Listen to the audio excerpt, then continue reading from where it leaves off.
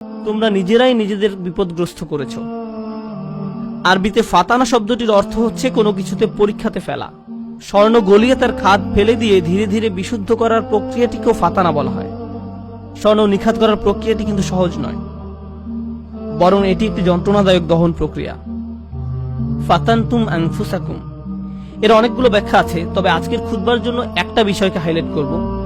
তুমি নিজেকে বারংবার জেনে বুঝে এমন পরিস্থিতিতে ফেলেছো যেখানে তোমার ঈমান পদে পদে কঠিন পরীক্ষার সম্মুখীন হবে। এখানে জিনিসটা বোঝার চেষ্টা করুন, ঈমানের জন্য ক্ষতিকর হবে জেনেও আপনি বারবার নিজেকে এমন পরিবেশের সম্মুখীন করেছেন এবং নিজেকে বুঝিয়েছেন আমি এটা সামলে নিতে পারবো। আপনি নিজেকে এমন সব বন্ধু আত্মীয় স্বজন দিয়ে পরিবেষ্টিত করে রেখেছেন যারা খারাপ কাজ করে, খারাপ কথা বলে, অশ্লীল জিনিস দেখে, কিন্তু আপনি নিজেকে বুঝিয়েছেন আমি তাদের মতো না। আপনি বারবার ওই সব পরিবেশে যেতেন, আপনি এমন সব আড্ডায়, জায়গায়, পরিস্থিতিতে দিনের পর দিন, মাসের পর মাস, বছরের পর বছর মিশেছেন। আপনি নিজেকে প্রবোধ দিয়েছেন এইসব আমার উপরে কোনো প্রভাব ফেলবে না, সবাইকে প্রভাবিত করলেও আমাকে করবে না। এমনিতেই তারা ঈমান হারা হয়ে যায়নি। ঈমান ধ্বংসের প্রথম ধাপটি হচ্ছে অসৎসঙ্গ। তারা নিজেদেরকে সন্দেহজনক পরিস্থিতিতে ফেলে রাখতো আর তারা ভাবতো এতে তাদের উপর কোনো প্রভাবই ফেলবে না। আমি একটি হালকা উদাহরণ দিব, আশা করি পয়েন্টটা আপনারা বুঝতে পারবেন। বাসায় যখন অনেক তেল মশলা দিয়ে রান্না করেন তখন সারা বাড়িতে সেই গন্ধে ভরে যায়। আপনি বাসার ভেতর থেকে সেই গন্ধ বুঝতে পারবেন না, কিন্তু যখন বাইরে থেকে একজন বাসায় প্রবেশ করে, বিশেষত কোনো আরব যদি আসে, সে ভাবে যে কোনো দূষিত পরিবেশে এসে পড়েছে। কয়েক ঘন্টা পার হওয়ার পর সে অভ্যস্ত হয়ে যায়, শুধু অক্সিজেন মনে হয়। ঠিক একইভাবে আপনি প্রথমে খারাপ কোনো পরিবেশে গমন করলে সাথে সাথে বুঝতে পারেন এটা ঠিক নয়, আমি খারাপ হয়ে যাব, আমার এখানে থাকা উচিত নয়। আপনার অন্তর অস্বস্তি অনুভব করে। কিন্তু আপনি যদি বারবার এই পরিবেশে যেতে থাকেন, তখন কি হবে? আপনি আর খারাপ বোধ করবেন না।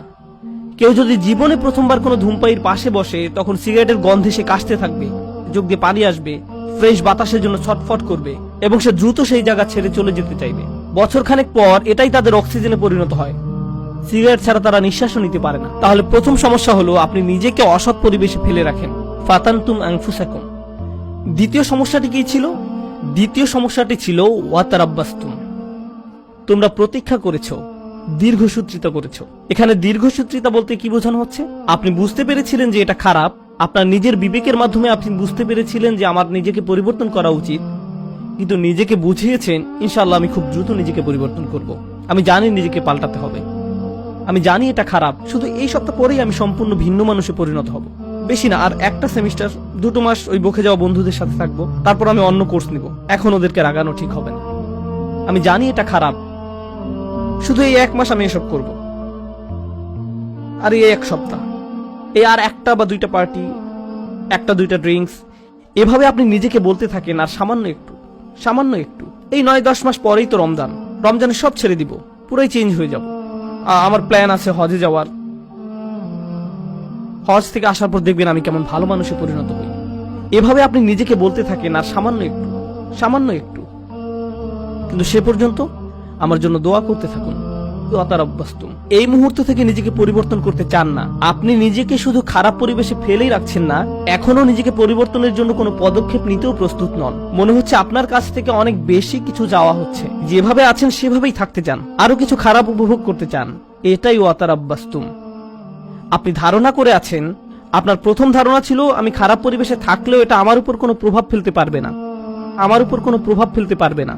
সময়ের সাথে সাথে ভয়ঙ্কর খারাপ কিছু আপনার কাছে স্বাভাবিক হয়ে যায়। এখন অতারাব্বাসতুম বা অপেক্ষা করতে থাকা, দীর্ঘসূত্রিতা করার প্রভাব কি? আপনি ভাবছিলেন আপনি যে কোনো সময় এই খারাপ কর্ম পরিত্যাগ করতে পারবেন, সব খারাপ সঙ্গ থেকে যে কোনো সময় সরে আসতে পারবেন। আমি তো আর আসক্ত না, আমার তো আর এটার দরকার নেই, আমি তো আর এর সাথে আটকে যাইনি, যখন তখন বেরিয়ে যেতে পারবো। কিন্তু বাস্তবতা এটা নয়। যত বেশি সময় আপনি এর সাথে জড়িয়ে থাকবেন, আপনি তত বেশি এতে আসক্ত হবেন। তারপর এর থেকে বেরিয়ে যাওয়া অসম্ভব হয়ে পড়ে।